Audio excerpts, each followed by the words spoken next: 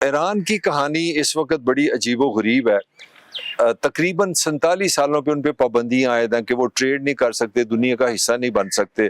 پچھلے سال ان پہ پورا ایک بہت بڑا اٹیک ہوا جس پہ امریکی صدر نے کہا جی ہم نے کامیابی کے ساتھ ان کا ایٹامک پروگرام ختم کر دیا ہے۔ بڑی لمبی مار پڑی ہے۔ اب بھی اس وقت جو جنگ جاری ہے، تقریباً جو 1 مہینہ ہو گیا، اس میں 47,000 کے قریب ان کی جو عمارتیں ہیں ان پہ بمباری ہوئی ہے، ان کے بڑے شہر۔ اب ان پہ یہ بھی تھریٹ ہے کہ ان کا پانی، ان کی جو بجلی ہے اس پہ بھی حملہ ہو سکتا ہے۔ مگر یہ اس سارے پریشر کے باوجود ایران پہ انبلیویبل پریشر ہے۔ بے شمار لوگ اس دنیا سے چلے گئے ہیں، 150 ان کی اسکول کی بچیوں پہ جو ہوئی ہیں، شہید ہوئی ہیں، وہ بھی آپ کے سامنے ہیں۔ مگر ایران نے بہت ساری چیزیں جو دنیا کو، جو نئی ڈسکوری ہوئی ہے، جو دنیا کے لیے نئے چیلنجز آئے ہیں، وہ اس ٹاک میں آپ سے شیئر کر دوں جو بڑے عجیب و غریب ہیں۔ سب سے پہلے جو ویسٹ کی انڈرسٹینڈنگ تھی وہ یہ تھی کہ آیت اللہ ان کے لیے ایک بہت بڑی اسپرچول پاور ہوتے ہیں۔ آیت اللہ ان کے لیے سمجھ لیں وہ ریلیجس بھی لیڈر ہیں، وہ پولیٹیکلی بھی لیڈر ہیں، he is like a father of the nation, وہ اسپرچول بھی ہیں، اور ان کو اگر ہم نے شہید کر دیا یا قتل کر دیا تو ایران جناب ختم ہو جائے گا، پیرالائز ہو جائے گا۔ سب سے بڑی جو ایران نے دنیا کو حیرت دکھائی کہ اگر آیت اللہ جس دن وہ دنیا سے گئے، انہوں نے جناب ہفتے 10 دن میں نیا آیت اللہ، اور اس سے زیادہ انہی کا آیت اللہ کا بیٹا مجتبی آیت اللہ انہوں نے بنا کے ثابت کر دیا کہ ہم اس سے ٹوٹے نہیں ہیں، ہماری ٹانگیں، ہمارا جسم قائم کا قائم ہے۔ تو یہ ایران نے جو چیزیں دنیا کو، جو میں بتانا چاہ رہا ہوں اس ٹاک شو میں، اس وی لاگ میں، کہ کس طرح ایران نے دنیا کو جو اسیسمنٹس اس کو غلط ثابت کیا۔ تو انہوں نے پہلے چیز ثابت کر دی کہ آیت اللہ کے جانے سے ہم ایران ہی رہے گا۔ نمبر 2 اسیسمنٹ یہ تھی کہ اتنی لمبی جنگ ہوگی، مارا ماری ہوگی، غربت آئے گی، بمباری ہوگی، بلڈنگیں تباہ ہوگی، انفراسٹرکچر تباہ ہوگا، تو لوگ باہر آ جائیں گے، رجیم چینج ہو جائے گی۔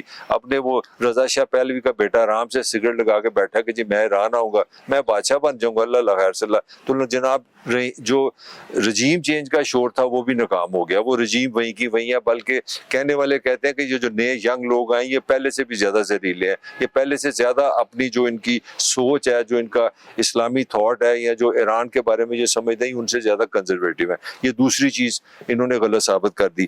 تیسری چیز یہ تھی کہ جو اسٹیٹ آف ہرمز ہے، جہاں پہ کہا جا رہا تھا کہ یہ جو ناکہ بندی نہیں کر سکتے، کہاں ایران کہاں دنیا، اور سب سے بڑی جو انٹرسٹنگ بات ہے، دنیا کی تاریخ کی سب سے بڑی جو ملٹری مائٹ ہے اس کا نام امریکہ ہے، اور اس کے پاس ہسٹوریکلی سب سے بڑی نیوی ہے، اور وہ 1 مہینہ ہو گیا ابھی تک ایران سے وہ چھوٹی سی 33 کلومیٹر کا ایریا واپس نہیں لے سکے۔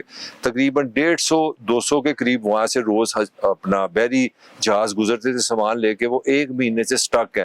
صرف وہی گزرتا ہے جو $2 ملین ایران کو دے اور ان کی مرضی سے گزر سکتا ہے۔ تو اس طرح گلف میں سینکڑوں جو شپ ہیں جو سامان لے کے کھڑے کھڑے ضائع ہو رہے ہیں، پیٹرول، گیس، کھانا پینا وغیرہ وغیرہ۔ تو یہ چیز ایران نے ایک اور چیز دنیا کے لیے سامنے رکھی ہے کہ جناب آپ لے کے دکھاؤ۔ بلکہ امریکہ کو اس سطح پہ جانا پڑا، امریکن پریزیڈنٹ کو یورپ سے، نیٹو سے یہ کہنا پڑا کہ آؤ میرے ساتھ ملو، اور مل کے اس جگہ کو ہم آزاد کراتے ہیں، اس ناکہ بندی کو توڑتے ہیں۔ تو کوئی اس کے ساتھ نہیں ہے، اور ابھی تک کی جو خبریں ہیں، امریکہ ابھی تک وہاں پہ براہ راست ہٹ نہیں کر رہا، اپنے نیول شپ نہیں لے کے آ رہا، وہاں پہ فوجیں نہیں اتار رہا۔ پتہ نہیں کل کیا کرتے ہیں، پرسوں کیا کرتے ہیں، یہ آنے والا ٹائم بتائے گا۔ مگر 1 مہینے میں ایران نے ایک چیز ثابت کر دی ہے کہ دے آر کنٹرولنگ، اور انہوں نے دنیا کی جو بہت بڑی مت سی کہ دنیا کی تاریخ کی سب سے بڑی ملٹری مائٹ کے ہوتے ہوئے انہوں نے 1 مہینے سے زیادہ اس پہ قبضہ رکھا ہوا ہے، اور ابھی تک ان کی مرضی کے خلاف کوئی شپ نہیں جا سکا۔ یہ ایران کی تیسری جنگ میں کامیابی کہہ لیں یا جو انوکھا پن کہہ لیں۔ پھر دوسرا یہ بھی تھا کہ ایران نے بڑے ڈرون مارے، ایران نے بے شمار چھوٹے چھوٹے جہاز بنائے جن کو ڈرون کہتے ہیں، بڑے سستے بنائے، وہ بھی چلے، بڑے چلے، پھر میزائل چلے۔ پھر ویسٹ نے یہی کہا، اسرائیل نے یہی کہا کہ ہم ان کو تباہ کر دیں گے، ہم نے ان کی صلاحیت ختم کر دی ہے، ان کی ڈرون بنانے کی صلاحیت ختم ہو گئی ہے، یہ انڈر گراؤنڈ بھی ہم نے ختم کر دی ہے۔ مگر عجیب بات ہے، جو دن گزر رہے ہیں، اسرائیل سے ایون کہ امریکہ سے جتنے میزائل آ رہے ہیں اس سے زیادہ ایران اب زیادہ مار رہا ہے۔ بلکہ میں ایک جگہ ڈیٹا دے رہا تھا، ایران نے تقریباً اسرائیل سے 4 گنا زیادہ میزائل اور ڈرون حملے کیے ہیں۔ تو اس کا مطلب یہ ہے کہ یہ بھی جو ہائپوتھیسس تھا کہ ایران سسٹین نہیں کرے گا، ان کے پاس ڈرون نہیں ہوں گے، ان کے پاس بنانے کی ٹیکنالوجی نہیں ہے، جو انہوں نے بنایا تھا وہ چل گیا، اب وہ فارغ ہو گیا۔ ایران نے اس کو بھی غلط ثابت کر دیا ہے۔ 1 مہینہ ہو گیا، ابھی تک ان کی جو سپلائی آف میزائل ہے، ابھی تک جو ان کی سپلائی آف ڈرونز ہیں وہ قائم کی قائم ہے، بلکہ وہ بڑھتی جا رہی ہے۔ یہ بھی بڑی عجیب بات ہے۔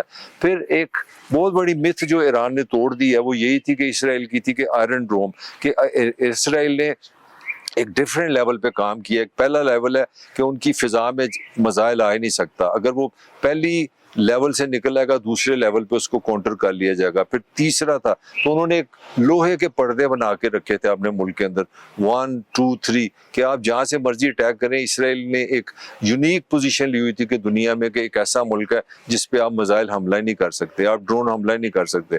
ایران نے کنسسٹنٹلی یہ چیز ثابت غلط کی ہے. ایران کے ہر آنے والے دن میں جو میزائل حملے ہو رہے ہیں, جو ڈرون حملے ہیں, وہ ان کا جو آئرن ڈرون ہے وہ ٹوٹ رہا ہے, وہ پردہ ہلا رہے ہیں. اور وہ ایران نے پہلی دفعہ اسرائیل کے شہروں میں حملے کیے ہیں. اور سننے میں آ رہا ہے کہ اسی لیے یہ ایک سچ ہے کہ اسرائیل نے شدید قسم کی سینسرشپ رکھی ہوئی ہے تاکہ مورلی لوگ ٹوٹ نہ جائیں. ویسٹ یہ نہ دیکھے کہ اسرائیل فارغ ہو گیا ہے, اس کے لوگ پریشان ہیں, ہر وقت اٹیک ہو رہا ہے, ہر سائرن بج رہے ہیں, موبائل پہ واٹس ایپ میسیج آ رہے ہیں, ان کو میسیج آ رہے ہیں کہ جناب آپ اپنی پناہ گاہ میں چلیں گے, حملہ ہو گیا, حملہ ہو گیا.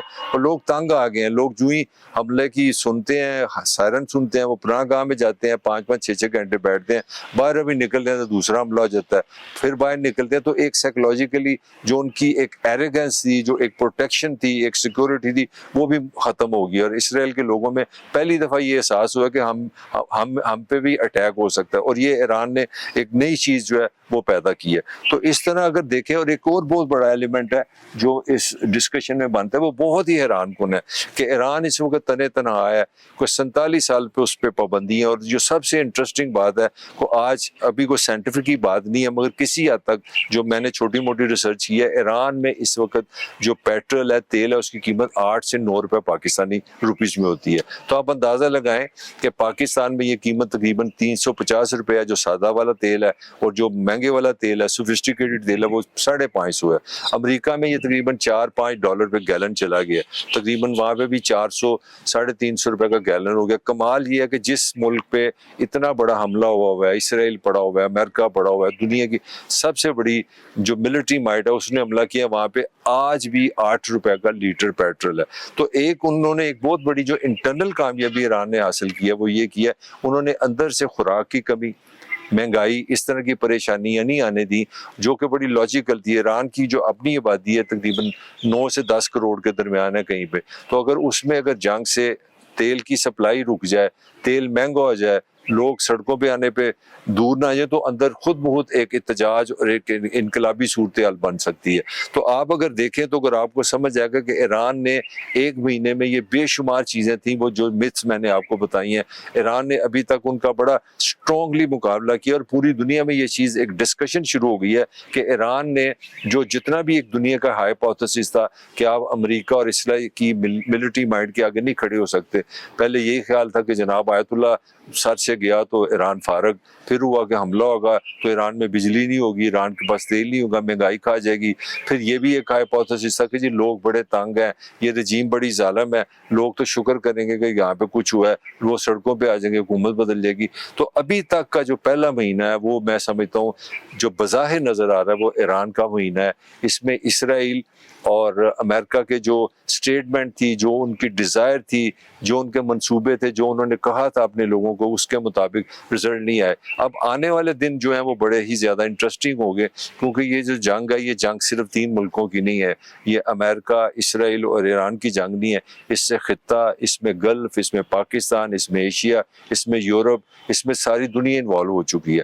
کیونکہ جو دنیا کا پاؤں ہے وہ پیٹرول ہے, اور جب دنیا میں پیٹرول اور گیس کی کرائسس آئے گا تو آپ سمجھ سکتے ہیں کہ مجھے لگتا ہے کہ ابھی تک کی دنیا کی جتنی بھی جنگیں ہوئی ہیں اس میں ساری دنیا کی میکسیمم جو انوالومنٹ ہوئی ہے, ابھی یہ جنگ اپنے پرائم پہ نہیں پہنچی. ابھی بوش جو ہے, اگر فوج جو ہے ایران کے اندر نہیں گئی, ابھی یہ ڈرون اور میزائل کی جنگ ہو رہی ہے, تو پوری دنیا اس کی لپیٹ میں آ گئی ہے. مہنگائی کہہ رہے ہیں آئے گی, قحط آئے گی, کھانا پینا مہنگا ہوگا, بے روزگاری کا خطرہ ہو گیا ہے, دنیا ڈری سہمی ہے. پیٹرول پمپ دنیا بھر میں سوچ رہے ہیں راشن کرنے کو, کہتا ہے ورک فرام ہوم کریں, کام نہ کریں. تو ابھی تک ایران کی جو 5-6 چیزیں میں نے بتائی ہیں وہ بڑی منفرد ہیں. اب دیکھتے ہیں آنے والے زمانے میں یہ جنگ کہاں جاتی ہے, اور آج کا انسان کہاں پہ جا کے اس جنگ کی اینڈ کو کیا اینڈ ہوگا, اور انسان کے ساتھ کیا ہوگا.